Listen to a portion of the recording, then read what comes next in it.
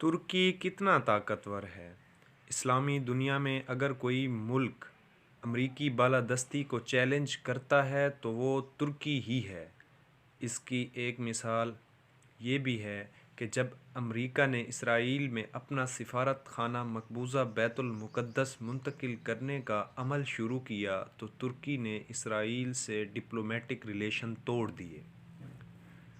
ترکی کے پاس ایٹمی ہتھیار نہیں ہیں، لیکن پھر بھی ان کا شمار بڑی طاقتوں میں ہوتا ہے۔ آخر ترک قوم کی طاقت کیا ہے اور ترکی کتنا طاقتور ہے، ہم دیکھتے ہیں۔ ویسے تو ترکی کا رقبہ پاکستان سے کم ہے۔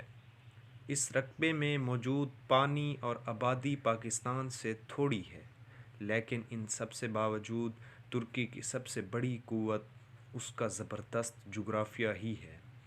وہ یوں کہ یورپ اور ایشیا کے سنگم پر واقع ہونے کی وجہ سے ترکی دونوں براعظموں کا دروازہ بن چکا ہے۔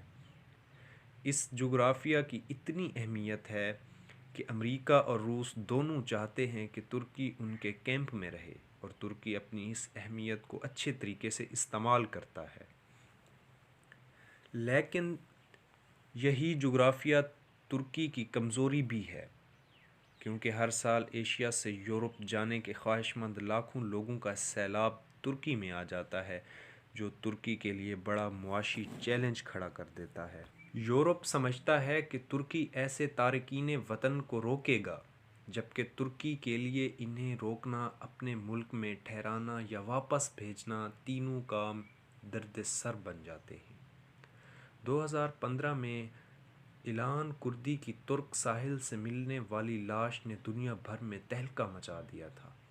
ترکی یورپی یونین کا رکن بننا چاہتا ہے، لیکن اس کا جغرافیہ ہی اس میں سب سے بڑی رکاوٹ ہے، کیونکہ یورپی یونین کے شہری بغیر ویزے کے سارے یورپ میں گھوم سکتے ہیں۔ اگر ترکی یورپی یونین کا رکن بنتا ہے تو ہر سال ایشیا سے آنے والے لاکھوں تارکین وطن بھی بآسانی یورپ چلے جائیں گے۔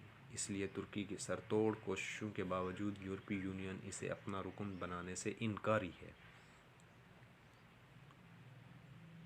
معاشی لحاظ سے دیکھیں تو ترکی 863 ارب ڈالر جی ڈی پی کے ساتھ دنیا کی 17ویں بڑی معاشی طاقت ہے۔ ترک معیشت میں سیاحت ریڑھ کی ہڈی کی حیثیت رکھتی ہے۔ ہر سال دنیا بھر سے 70 لاکھ سیاح یہاں آتے ہیں۔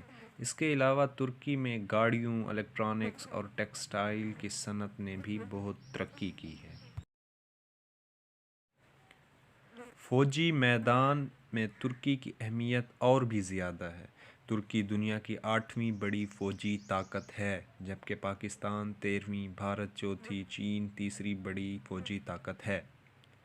نیٹو کا رکن ہونے کی وجہ سے کوئی ملک ترکی کے فوجی مفادات کو براہ راست نقصان نہیں پہنچا سکتا۔ ایسا کرنے کی صورت میں اسے مغربی فوجی اتحاد نیٹو سے بھی جنگ کرنا پڑے گی۔ نیٹو فوجی اتحاد امریکا کے بعد سب سے بڑی فوج ترکی کی ہے، جس کی تعداد 4,10,000 ہے۔ ترکی کے پاس 1018 لڑاکا طیارے ہیں۔ ترکی امریکہ کے تعاون سے F-16 بھی مینوفیکچرنگ کرتا ہے، جبکہ نیٹو کا رکن ہونے کے ناطے اسے ریڈار کی نظروں سے بچ کر اڑنے والے امریکی F-35 بھی ملیں گے۔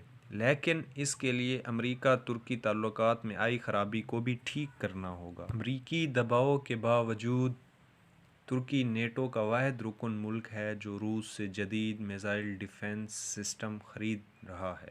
ترکی کو اپنے جغرافیہ اور اسلامی ممالک میں اہمیت کی وجہ سے وسیع سیاسی قوت بھی حاصل ہے۔ جب امریکا نے بیت المقدس کو اسرائیل کا دارالحکومت تسلیم کیا تو ترکی کے صدر طیب اردوان نے اسلامی ممالک کا اجلاس بلا کر بیت المقدس کو فلسطین کا دارالحکومت قرار دے دیا۔ ترکی کے اس اقدام نے مسلمانوں کے دل جیت لیے۔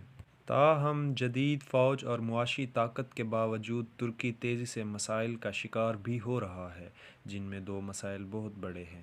پہلا مسئلہ تو یہ ہے ترکی کرد اقلیت نے آزادی کی تحریک شروع کر رکھی ہے۔ ان کردوں نے ترکی کی سرحد کے ساتھ شام اور عراق میں اپنے فوجی اڈے قائم کر لیے ہیں۔ ترکی نے جوابی کارروائی کرتے ہوئے شام کے شمالی علاقے پر قبضہ کر لیا ہے اور عراق میں بھی اس کی فوج داخل ہو گئی ہے۔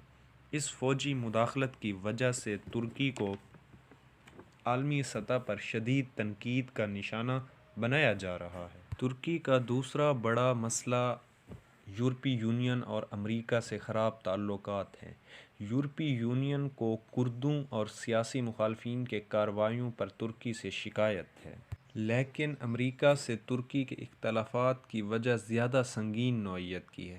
2016 میں جب ترک عوام نے فوجی بغاوت کو ناکام بنایا تو اس سازش کا الزام ترکی نے فتح اللہ گولن پر لگایا تھا۔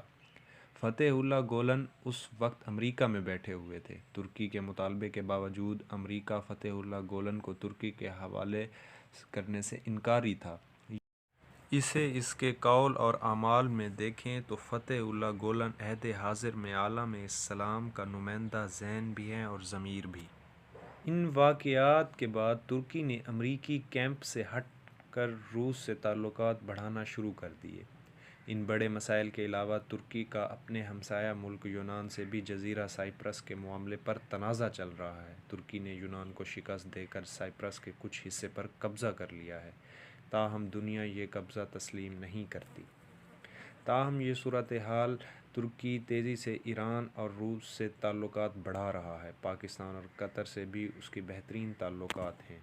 یوں دیکھا جائے تو ترکی اپنی بہترین جغرافیائی پوزیشن، معاشی ترقی، نیٹو کی رکنیت، فوجی طاقت کی وجہ سے دنیا کی بڑی طاقت ہے۔ تاہم کردوں کی بغاوت، امریکا اور یورپ سے مسلسل کشیدہ تعلقات اور ہمسایہ ممالک کی بگڑتی صورتحال نے ترکی کے لیے بڑا چیلنج پیدا کر دیا ہے۔ ناظرین، ہم آپ کو ایم آر ہسٹورک سیریز میں دنیا کے بڑے ممالک کی طاقت اور کمزوریاں بتائیں گے تاکہ بطور پاکستانی ان سے کچھ سیکھ سکیں۔ اب تک کے لیے اتنا ہی، مجھے اجازت دیں۔ اللہ حافظ۔